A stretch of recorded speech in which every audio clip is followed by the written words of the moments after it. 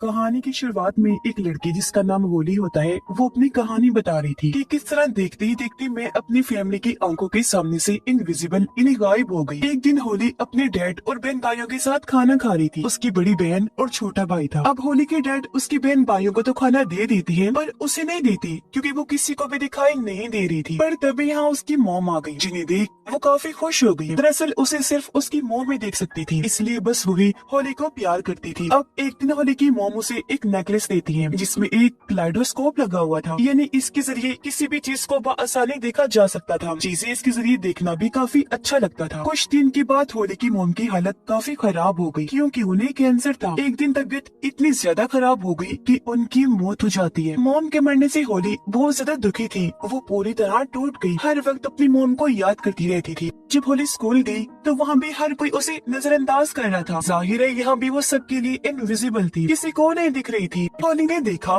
कि मेरी फैमिली मेरे कमरे को किसी स्टोर रूम की तरह इस्तेमाल कर रही है। वहाँ उन्होंने फजूल सामान रखा हुआ था जो देखकर होली काफी टूट गई। उसे समझ नहीं आ रही थी कि इन हालात में क्या करूँ। होली का भाई दरअसल बेसमेंट में रहने लगा। उसे वीडियो आर्ट का काफी शौक था जिसमें वो माहिर भी था। इसका ही पूरा सेटअप उसने वहाँ कर रखा था। होली की बहन ने भी शादी कर ली थी जो अपने हस्बैंड के साथ हंसी खुशी रह रही थी। गरीब बात उसकी डैड की, वो अभी भी एक इंश्योरेंस कंपनी में जॉब किया करती थी। अब ये सारी फैमिली आज भी साथ ही रह रही थी जिन्हें देखकर हालांकि होली खुश तो होती है लेकिन इस बात से भी वो उदास थी कि इन लोगों में मैं नहीं हूँ। अब ऐसे ही घूमते भागते हुए एक दिन उसे एक बिल्डिंग में घर मिल जाता है जहाँ वो रहना शुरू कर देती है। अब वो अपने इनविजिबल होने का फायदा उठाकर जासूस का काम करने लगी। जैसे कि सेलिब्रिटी और एक्ट्रेस वगैरह अगर किसी के साथ ताल्लुक में होते तो ये उनकी तस्वीर बनाकर एक न्यूज रिपोर्टर को सेंड कर दिया करती थी, जिसके बाद वो होली को पैसे भिजवा दिया करता था। इनविजिबल होने की वजह से होली जहाँ चाहे जा सकती थी। शर्म, किसी को देखकर हिचकिचाना, कपड़े उसके लिए कोई मायने नहीं रखते थे। जाहिर है कोई उसे इस हालत में देख नहीं सकता था, तो इसलिए वो इस बात की परवाह नहीं करती थी। अब हमेशा की तरह एक दिन जब वो एक सेलिब्रिटी का पीछा कर रही थी उसके खिलाफ सबूत इकट्ठा करने के लिए, तो तभी एक बाउंसर जिसका नाम शेन होता है वो होली से टकरा जाता है, इसलिए उसने होली को पकड़ लिया। ये देखकर वो काफी हैरान रह गई क्योंकि उसकी मॉम के बाद ही दूसरा इंसान था जो होली को देख सकता था। इसीलिए शेन को लेकर होली के दिमाग में कई सारे सवाल थे, लेकिन वो किसी भी सवाल का जवाब दिए बगैर नजरअंदाज करके वहाँ से चला जाता है। वो घर आकर जब लेटी तो उसे याद आया कि मैंने बाउंसर शेन को कहीं देखा है, इसलिए वो फौरन अपने पास रखे एल्बम्स को चेक करने लगती है। उसे पता चला कि शेन धोखा देने वाले सेलिब्रिटीज में से एक है जिसकी तस्वीर बनाकर उसने रिपोर्टर को सेंड की थी। इसलिए अब होली शेन के बारे में इंटरनेट पर सर्च करने लगती है जहाँ उसे पता चला कि शेन काफी वक्त पहले पूरी दुनिया की फाइट का चैंपियन हुआ करता था जिसका ताल्लुक एक मॉडल से था। दोनों एक दूसरे को पसंद करते थे, लेकिन होली की जासूसी की वजह से शेन का ये चक्कर सबके सामने आ गया। जो तस्वीर होली ने बनाई थी उसमें शेन मॉडल के काफी करीब था। इस वजह से शेन के सभी फैंस उसके खिलाफ हो गए। इस टेंशन की वजह से शेन ने जब अगली वर्ल्ड चैंपियन की लड़ाई की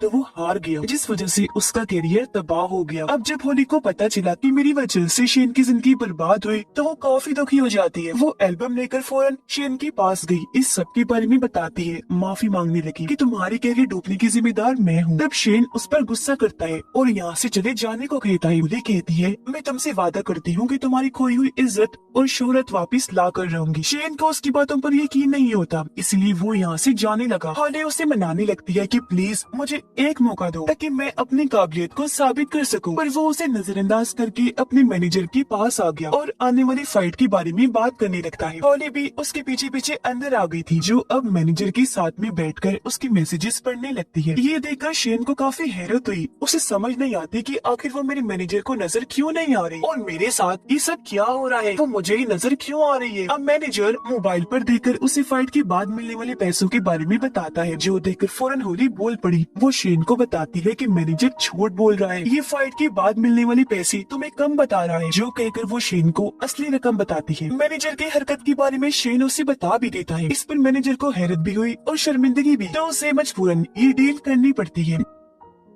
ये दोनों बाहर आ गए। यहाँ शेन सच में होली की महारत देखकर काफी हैरान रह जाता है। पूछने पर होली उसे बताती है कि मैं सिर्फ तुम्हें ही नजर आ रही हूँ। ये सुनकर शेन काफी हैरान रह गया और वो होली की बातों पर यकीन नहीं करता। तब होली अपनी बातों को ठीक साबित करने के लिए सामने से आने वाली एक गाड़ी के आगे आकर खड़ी हो जाती है। इससे पहले गाड़ी उसे टकराती, शेन सामने आकर होली को पकड़ के साइड में कर लेता है। अपनी तरफ से उसने होली को बचा लिया था, पर ड्राइवर ने गाड़ी रोक दी जो शेन को ही सुनाने लगता है क्योंकि होली उसे कहीं भी दिखाई नहीं नहीं दे रही थी। इस बात से शेन को अब कहीं ना कहीं लगने लगता है कि होली सच में सबको दिखाई नहीं दे रही। होली उससे कहती है लगता है हम किसी वजह से एक दूसरे से जुड़े हुए हैं, तो हमें एक दूसरे की मदद करनी चाहिए। इस पर शेन उससे बात करने के लिए कहता है कि कल तो मेरे घर पर आ जाना, डिटेल सी बात हम वहीं करेंगे। उसके वहाँ आने पर शेन का डॉग भी नहीं भौंकता, जो देखकर अब शेन को पूरी तरह यकीन हो गया था कि हाँ सच में वो इनविजिबल है। वो फिर होली को अपनी कहानी बताने लगता है कि जब मैं छोटा था तो मेरे सौतेले डैड ने घर से मुझे निकाल दिया था। घर से निकलने पर लोगों ने मुझे तंग करना शुरू कर दिया, जिस वजह से मैं हर वक्त परेशान रहने लगा। तब इस सब से बचने के लिए मैंने फाइट करना शुरू कर दी और बस तब से लेकर आज तक मैं फाइटर ही हूँ। वो फिर बताता है कि आज मेरी एक जगह पर फाइट है जो देखने होली भी जाती है, लेकिन जब वो $300 के लिए शेन को लड़ता हुआ देखती है तो फाइट के बाद उसे कहने लगी कि तुम्हें इससे बड़े लेवल पर फाइट करनी चाहिए क्योंकि तुम इतने काबिल हो कि तुम्हें उस मुकाबले की जरूरत है। जिस पर शेन कहता है मगर मुझसे लड़ने के लिए कोई भी फाइटर तैयार नहीं है क्योंकि मेरी फाइट में कोई भी टिकट नहीं खरीदेगा। ये सुनकर होली जब घर आई तो इंटरनेट पर मशहूर फाइटर्स की लिस्ट को चेक करने लगती है। उसे एक ऐसे फाइटर के बारे में पता चला जिस पर नशे की दवाई लेने का इल्जाम था। ये देखकर होली इंटरनेट से नशे की उस दवाई की तस्वीर लेकर उस फाइटर को सेंड करती है। ब्लैकमेल करने लगी कि अगर तुमने शेन से फाइट ना की तो मैं इस बारे में सबको बता दूंगी। जिसके बाद वो शेन के पास आ गई। थोड़ी ही देर में शेन के पास उसकी मैनेजर की कॉल आई जो उसे बताता है कि वो फाइटर तुम्हारे साथ फाइट करने के लिए मान गया है जो नशे वाली दवाई के इल्जाम में था, जिसने पहले शेन से फाइट करने से मना कर दिया था। पर अब होली की ब्लैकमेलिंग का उस पर असर हो गया तो वो मान गया था। अब ये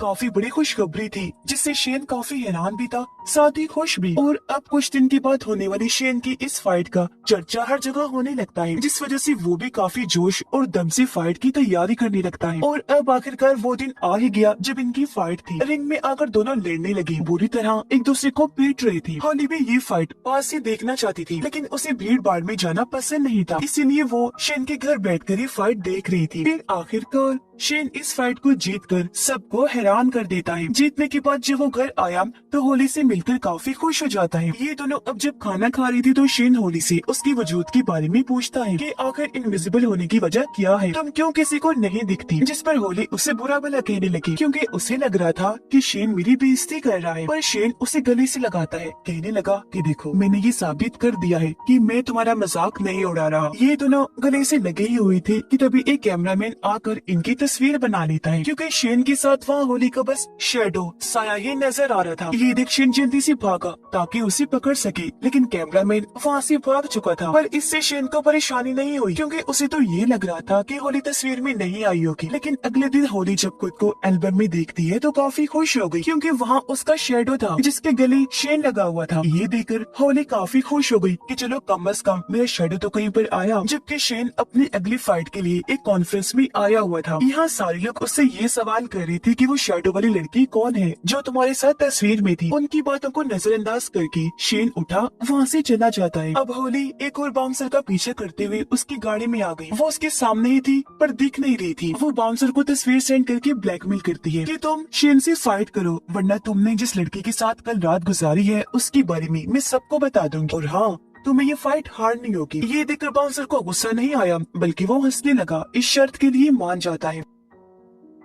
रात को होली जब शेन के साथ थी तो तभी यहाँ उसकी दोस्त इन्हीं मॉडल की कॉल आई जिसके साथ ही शेन की बदनामी हुई थी। वो उसकी आने वाली फाइट के लिए हौसला अफजाई करती है, साथ ही पिछले फाइट जीतने पर मुबारकबाद भी देती है। अब जब होली को ये पता चला कि शेन की दोस्त मॉडल फिर से उसकी जिंदगी में आ रही है तो होली काफी उदास हो गई क्योंकि कहीं न कहीं वो शेन को पसंद करने लगी थी। जिसके बाद फाइट का दिन आ गया जहाँ शेन आसानी से बाउंसर को हरा देता है। और अब होली शेन की फाइट की अफवाह एक काफी बड़े फाइटर के साथ उड़ाती है। उस फाइटर का नाम अटीला था। ये खबर मिलते ही अटीला का मैनेजर उसे इस बारे में बताता है, जिस पर अटीला शेन के साथ लड़ने से साफ साफ मना कर देता है। मौका पाकर होली अटीला के घर घुस गई थी। वो हर जगह उसे ब्लैकमेल करने के लिए कोई क्लू ढूंढने लगती है लेकिन उसे वहाँ ऐसा कुछ भी नहीं मिलता। अब होली को अपने घर वालों की याद आ रही थी तो उन्हें देखने वो अपने घर गई। उसे पता चला कि मेरी बहन माँ बनने वाली है, लेकिन किसी वजह से वो ये बात अपने हस्बैंड को बताना नहीं चाहती। अब होली जब शेन से मिलने बार में गई तो वहाँ उसे मॉडल के साथ बैठा हुआ पाती है।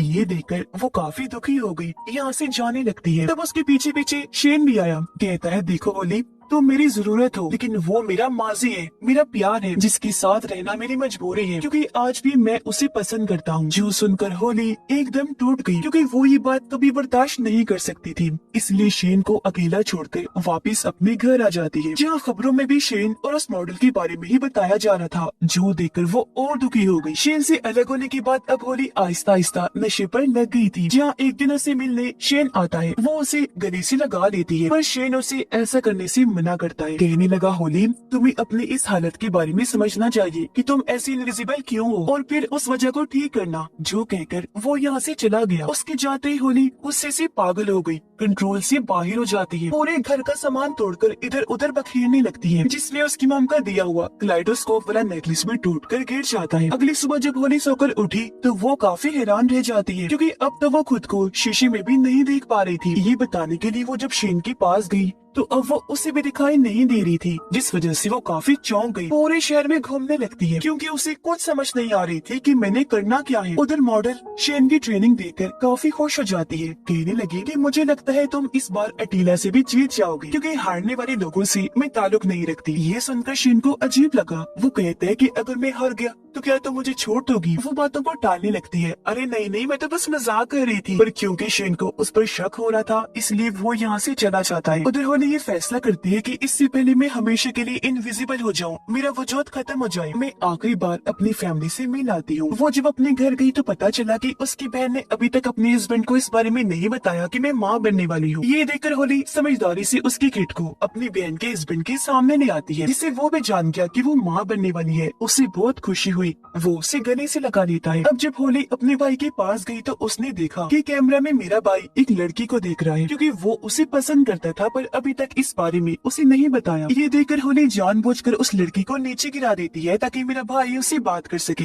ऐसा होता भी है, दोनों बातें करने लगे। इस तरह उनकी दोस्ती हो जाती है। और वो अपने डैड के पास गई, जो दुखी नजर आ रही थी। उनकी आंखों में आंसू थे। होली देखती है कि लैपटॉप में डैड मॉम की तस्वीर देखकर उदास है, यानी वो उन्हें आज भी याद करती है। उसने फिर जब देखा कि डैड मॉम की कब्र पर जा रहे हैं तो वो भी उनके साथ साथ चली जाती है। वो फिर अपने डैड से माफी मांगकर शेन की फाइट देखने के लिए निकल जाती है, जबकि शेन फाइट में अटीला से काफी मार खाता है। ये देखकर होली को बुरा लगा, इसीलिए वो शेन की हौसला अफजाई करने के लिए रिंग में ही चली जाती है। वो शेन के हाथ पर अपना हाथ रखकर कहती है कि तुम घबराओ नहीं, मैं तुम्हारे लिए यहाँ पर मौजूद हूँ। अब पहले पहले तो होली शेन को नजर नहीं आती, लेकिन कुछ ही देर में वो शेन के साथ साथ सबको दिखने लगती है। पर इस बात से वो खुद अनजान थी, जल्दी से रिंग से बाहर आ जाती है ताकि वहाँ से शेन को सपोर्ट कर सके। तभी गार्ड उसके पास आ गया, और क्योंकि वो बिना टिकट के अंदर आई थी, इसलिए वो उसका बाजू पकड़ लेता है ताकि उसे बाहर निकाल सके। ये देखकर होली काफी चौंक गई कि ये मुझे देख पा रहा है, इसलिए मुझे हाथ भी लगाया। और अब शेन